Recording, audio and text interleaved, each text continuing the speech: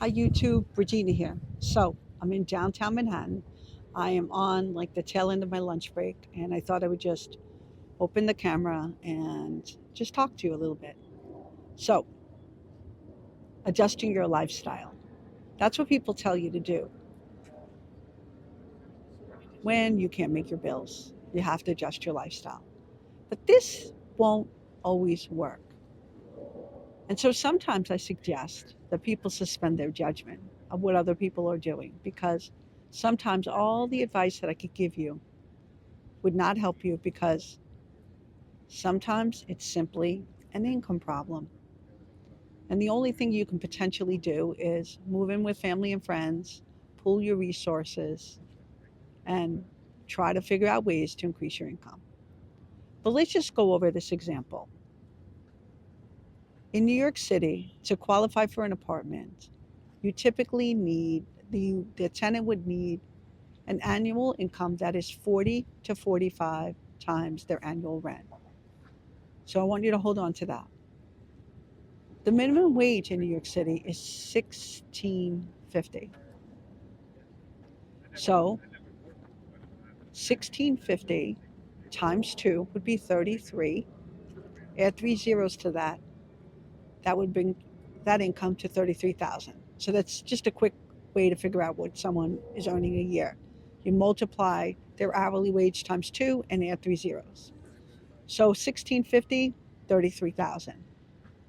Now using that same 40 to 45, that person's minimum rent that they could afford, or maximum, is $825. Now, a micro apartment in New York City is probably the cheapest apartment you can get. The median one bedroom across all the five borough is a little over 2,300 a month. Rents in New York City are over 2,500 a month. You can't even get a studio for less than 26. But they have what are called micro apartments. Now, micro apartments in New York City are very hard to come by, and these are apartments that are anywhere from 250 to 400 square feet. You do not even have a kitchen or a bathroom within your unit. You simply have like a studio type bedroom. And your bathroom that you share is almost like a dormitory where you're sharing it with your neighbors. And those 250 square feet apartments, the cheapest ones are around $1,100. So someone earning minimum wage can't afford 250 square feet in Manhattan. So an $1,100 a month apartment would be $44,000 a year. Now, if you do not qualify, typically what happens and you're trying to get into an apartment and you don't fit that formula, they require a guarantor to put their name on the rent.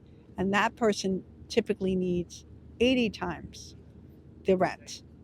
The annual income be 80 times the monthly rent. So, yeah, not an easy thing to do. And so sometimes all the advice that I could give someone on how to cut back, how to figure out ways to save, it's just not possible. So suspend your judgment when you're considering that life in New York City is just truly unaffordable. Whatever you can do to pool your resources with other people, find someone who might be renting a room in a house. Maybe in those situations, you're going to find like a place where that you can get a room for $800 a month. That's the only way to work in New York City and live here. Anyway, just food for thought. As I sometimes I will go to different channels around the internet, and there's a lot of judgment out there. Until you put yourself in someone else's shoes, sometimes you cannot adjust your lifestyle to fit your income. You just can't. Anyway, this is Regina from Simply Fundamental, heading back to the office, and I'll catch you on the next one.